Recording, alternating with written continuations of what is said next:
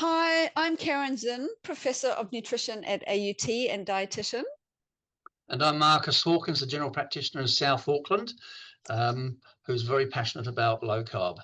Awesome. Thanks, Marcus. Marcus and I are going to have a bit of a discussion today just about a really important topic related to therapeutic carbohydrate reduction, which is deprescribing or deprescription, however you want to call it. So, Marcus, look, I want to kick off and ask you a question about the importance of deprescribing. So how important is deprescription or deprescribing when it comes to carbohydrate reduction?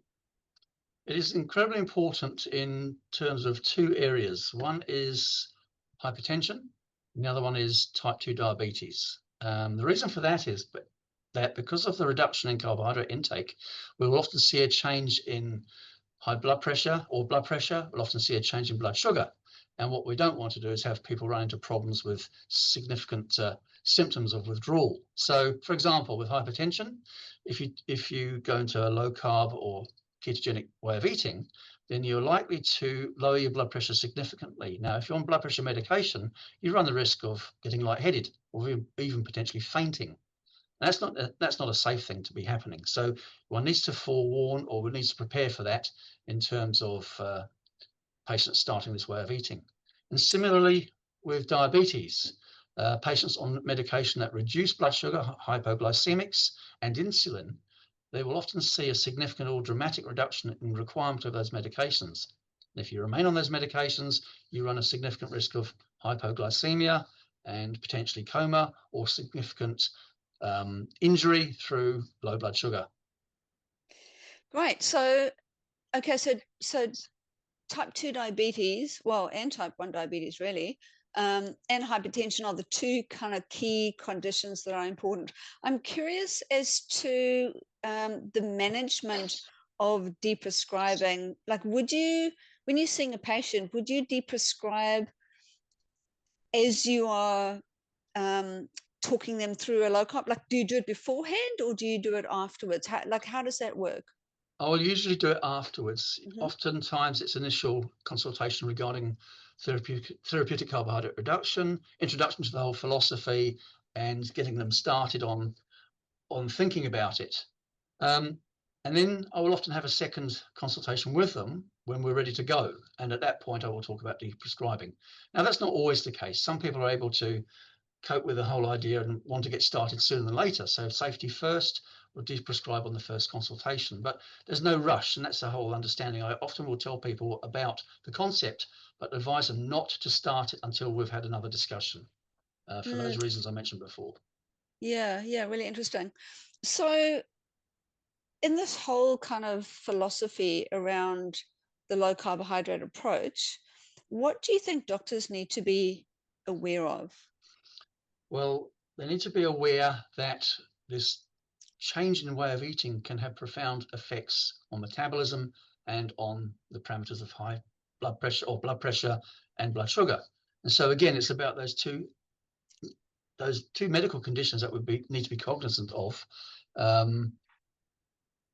in terms of starting along this way of management. And I think, we're going to talk later about where to start. And I think one wouldn't necessarily start with hypertension and diabetes if you're going to start this initially as, the first time go at low carb. You wouldn't be wise to do that. I think you want to gain some experience in talking to people and becoming more familiar with how to deprescribe over time. So what do you think about this? Like, I'm aware that you are a low carb or carbohydrate reduction practitioner. Makes a lot of sense with insulin resistance, particularly with type 2 diabetes.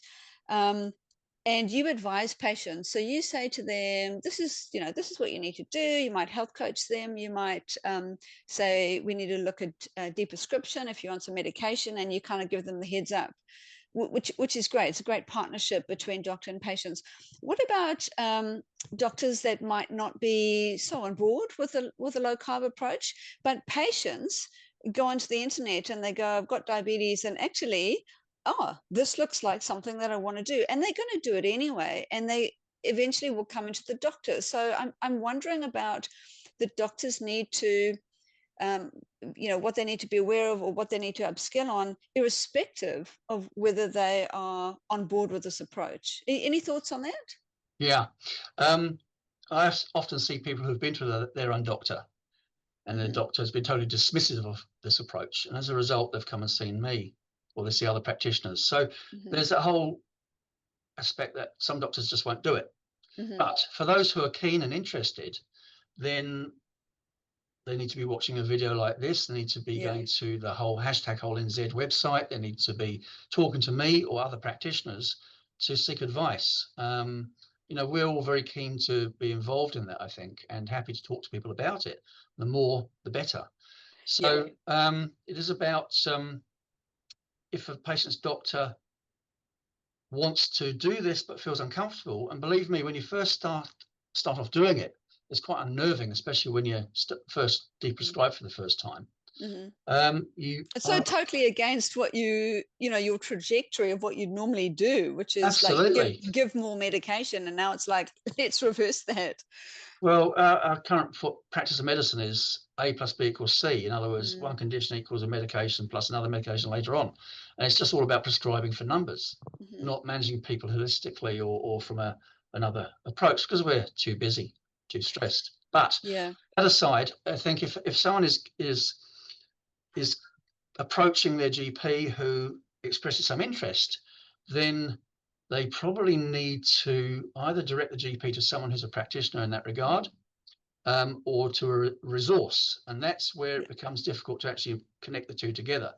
I'm always putting my name out there as willing to help, but as yet, I've had no doctors approach me, bar one, actually. There was one recently, but it's the first one in how many years? So it is about making sure people know where to go. And that is, I guess, through publicity, through newsletters, through PHOs, through peer review groups. Getting the word out there. Okay, great. So then, in the same vein, how do doctors upskill? And you've kind of mentioned, talking to you would be a great start. And then directing them, potentially either you directing them or them being directed somehow via newsletter to various sites which have some formula with deprescription. Anything to add to that? Although I think that peer-to-peer approach is most useful, and I think for anyone who's interested, you start with the simplest things first that are of least risk. And you would start with, say, for example, someone who's overweight. So you get familiar with talking to patients about what the carbohydrate reduction approach is about. So you get used to manage them by getting them back to weigh them, or to blood pressure, or measure blood tests and stuff. So you start with something simple that's not going to cause potential harm. Then you might go to pre-diabetes, see about the reversal, and then you get the positive feedback about that and how that can actually make a difference, with or without metformin. Metformin doesn't run a risk of hypoglycemia, so that's a very safe thing to do. So there's a whole group of people there you can start this on, So you can do it yourself with that minimal knowledge, without risk of harm. And then if you're moving up to things like stopping oral hypoglycemics or blood pressure pills, SGLT2 inhibitors, DPP4 inhibitors, sulfonylureas, all those sort of things, you then need probably to talk to somebody or read extensively about it. It's not actually very difficult to do, but it's really quite unnerving when you take away things like insulin and medication. Having said that, the downside of doing that is actually not harmful. If you look at, for example, stopping insulin or stopping oral hypoglycemics in someone with type 2 diabetes, you're not going to cause any problem if their blood sugar goes high. It's not a risk issue like it would be with someone with, say, with type 1 diabetes. So if they run a bit high, which they might not do anyway by reducing carbohydrates, then that's actually a safe situation. Similarly with blood pressure. So you keep it simple, and you look at maybe reducing one oral hypoglycemic if that's all they're on, or if they're only on one, you obviously stop that. If they're on insulin, you probably reduce it by half. But you keep a very close eye on people. You monitor them closely. You keep in touch with them day by day, so they can feel confident, they can feel comfortable and supported, and you can feel confident that you're not causing any issues as well. Yeah, great. And I guess from a safety perspective, particularly with hypertension, it is a duty to keep an eye on that, particularly if a patient's going to go on carbohydrate reduction approaches on their own, and they think that they need to be medicated forever, and then they suddenly start feeling lightheaded and fall over on the kitchen floor. So from a safety perspective, from that perspective, there is a duty to really look at that, because it is patient choice to go on um, whichever diet they feel they're going to get the most success out of. Well, it's good Yeah, medicine as well. I yeah, mean, you're just doing the right thing by the patient, yeah, making sure they're safe. yeah. Um, Great, great. yeah. Awesome. That was incredibly useful. Thank you, Marcus. Do you have anything else around this area that you feel is important that you want to mention here before we close? I think the subject of monitoring, really, up until recently, we've had finger prick testing, which is inconvenient, it's painful, it's a nuisance, it's time consuming. And what I'm seeing more and more of is people who are willing to pay to use a CGM, a continuous glucose monitor that they wear on their upper arm, for example. And that gives a real-time measurement of blood sugar. And that is incredibly useful for showing people, first and foremost, what the food they eat does to their blood sugar, but also keeping a track on their blood sugar. So, if it's started to go low, too low, they get a warning, and they can take precautions. And I can also monitor this with their permission. I can go online and see what their blood sugar is doing.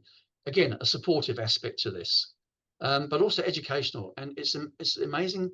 Even people with type 1 diabetes are coming to me and saying it's quite incredible. I can see now what I eat does to my blood sugar. And they're not Yeah. having to wait 2 hours after their meal to do the finger prick test. It's real time. And people are making changes, and big time changes to improve things. Yeah, I certainly think from where I sit as a dietitian, the people that I've worked with and have used CGM, one word comes to mind, which is game changer. And I've had people that have been absolutely resistant to changing anything, but the minute they see the trace in front of them, it becomes so much more real. Yeah, I mean, I wore one a few weeks ago. We were given one from one of the companies to Yeah, try, and we yeah, had to have accidentally bought a can of non-diet V, just a small can, 200 ml. And I yeah, thought I'd try that, and boy, did my sugar go up with that. yeah, And yeah, that's frightening, to be honest, because you yeah, think of how many times a day you have an insult, Mars bar or a bun or something like that, and how your sugar, your insulin is constantly sort of tested, yeah, your pancreas is tested. It's crazy. It's actually, yeah, it was instrumental for me as well, although I knew it. It was yeah. seeing it was It believing it. brings it to life. Yeah. Yeah. Yeah, great. So CGM's obviously funded for type 1 people with type 1 diabetes, but not with type 2. No. And I guess when I'm talking to people, because they go, oh, it costs $200 a month, $200 a month. It's like, well, you don't have to, have one every single month of your life. Literally, just do one for 2 weeks, and that gives you a really good indication of how you eat and what that does to your blood I sugar, and think also your stress levels. that's the point of it, right? It's there to show you at the very start what food does to your blood sugar, and that's Mm-hmm. it. It's not an ongoing thing. Mm. It's not life critical like it is for type 1 diabetes, Yeah, perhaps. Yeah. yeah, yeah. Great.